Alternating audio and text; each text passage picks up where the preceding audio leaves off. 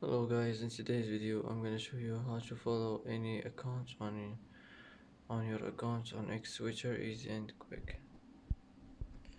First choose your account which you want to follow and click on it, and here you will find follow. Just click on it like this and that's it. It will be followed, and that's how to follow any account on your account on X Switcher easy and quick.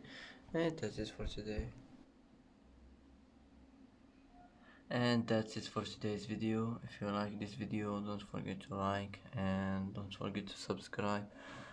I hope this video is helpful for you, and thanks for watching until the end, and see you in the next video.